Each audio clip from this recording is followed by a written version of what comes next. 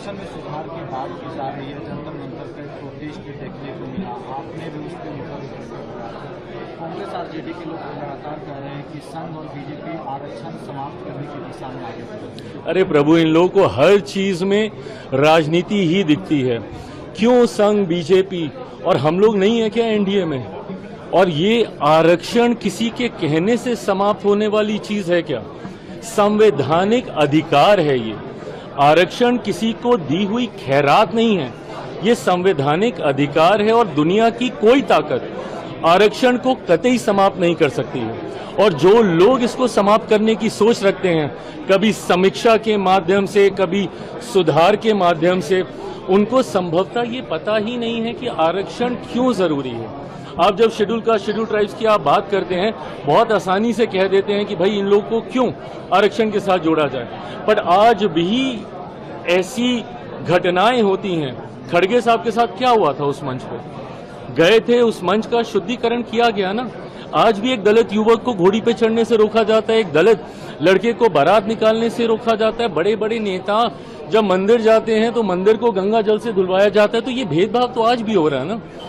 और ये वही अनुसूचित जाति है जो छुआछूत का शिकार रही है। भारत के संविधान में जब आप शेड्यूल कास्ट को देखते हैं, ये ऐसी कास्ट है जिनको शेड्यूल किया गया है, जिनका आधार छुआछूत था, जिसकी वजह से इनको गांव से बाहर रखा जाता था।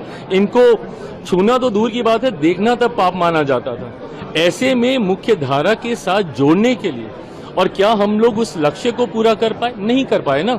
आज भी ये भेदभाव होता है। तभी जब मैं क्रीमी लेयर का भी मैं विरोध करता हूं, मैं इसीलिए करता हूं कि आज कम से कम हम लोग एकजुट हैं तो अपनी बात रख पा रहे हैं।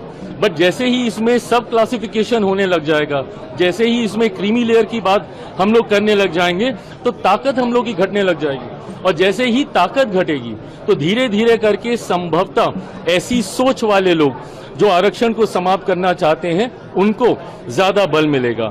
आज की तारीख में शेड्यूल कास्ट हो, शेड्यूल ट्राइब, अब शेड्यूल ट्राइब में यही सारी जातियां हैं जिनकी वेशभूषा अलग रही, जिनका रहन सहन, बोलचाल, ऐसे ट्राइब्स को शेड्यूल किया गया। पिछड़ा वर्ग से आने वाले लोग जिनको संभवतः मौके नहीं मिले, इसके माध्यम से उनको, और अब तो जो लोग आर्थिक तौर पे कह रहे हैं, ऊंची जाति से आने वाले गरीब लोगों को भी 10% का आरक्षण मोदी जी की इसी सरकार में हम लोगों ने पारित करने का काम किया। तो जो लोग ये सोच रखते हैं कि आरक्षण पे चर्चा होनी चाहिए, सुधार होना चाहिए, समीक्षा होनी चाहिए, बाबा साहेब की सोच से बनी हुई ये व्यवस्था है और दुनिया की कोई ताकत इसको, और मैं जब तक हूं, मैं इतना तो मैं पूरे गारंटी के साथ कह सकता हूं कि जिस सरकार में चिराग पासवान है, रामविलास पासवान जी का बेटा हूं, कतई इस व्यवस्था को बिगड़ने नहीं दूंगा।